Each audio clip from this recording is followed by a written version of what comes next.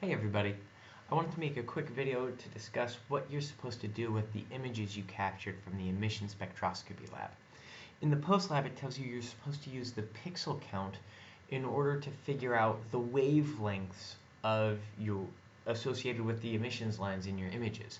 And I wanted to talk about how we do that. You're going to need to use some sort of image analysis software. If you're using a PC running Microsoft, I would encourage you to use Paint, which is what I'm going to demonstrate here. If you are using an Apple computer, I would encourage you to use Preview, and the process is essentially the same. There's just a few little differences. So the first thing you have to do is you have to go ahead and open up your file. I'm going to open up a helium lamp image just for fun, because I think it's interesting. And the first thing I have to do is zoom out so I can actually see the image properly. So here are the emission lines, and the first thing we have to do is figure out which emission lines are the actual emission lines.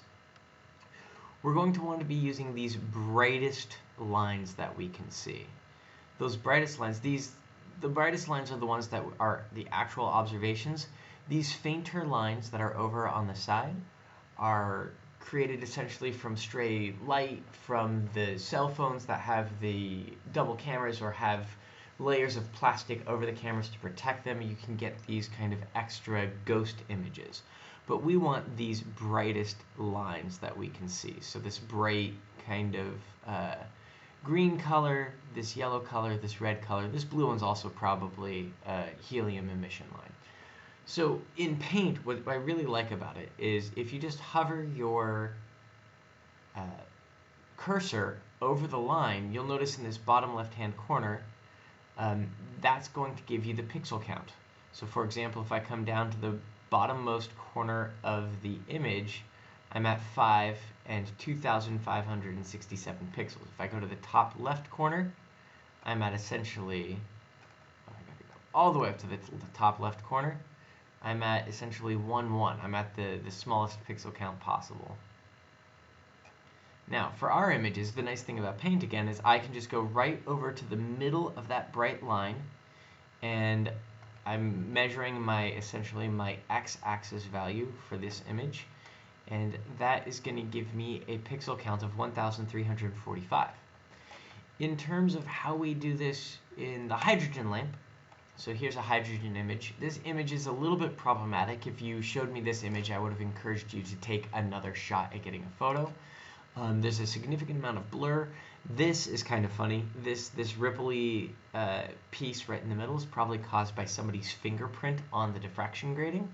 But you can clearly see the bright red and the bright blue. The reason I would encourage taking this photo again is because you can't make out the bright purple line that we also expect to see.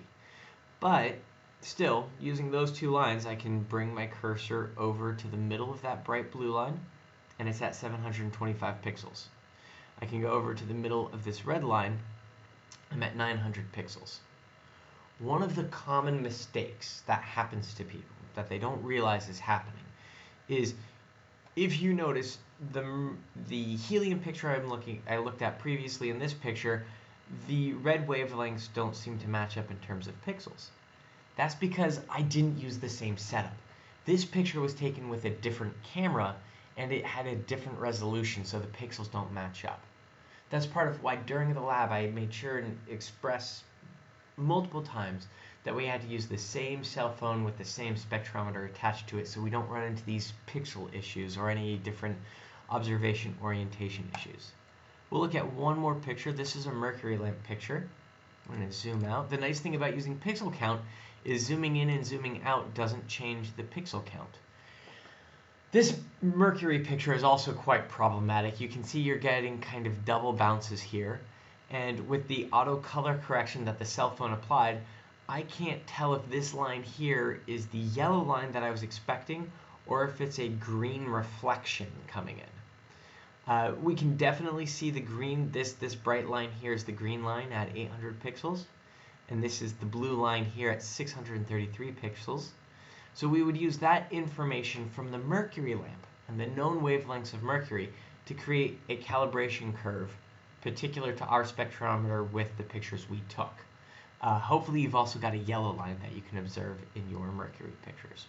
we're going to use that calibration curve to figure out what the exact wavelengths of the hydrogen lines are. And we're going to use that wavelengths to make a Rydberg plot. Hopefully that gives you enough information to get started before class next week. And good luck. Feel free to email me if you have any questions.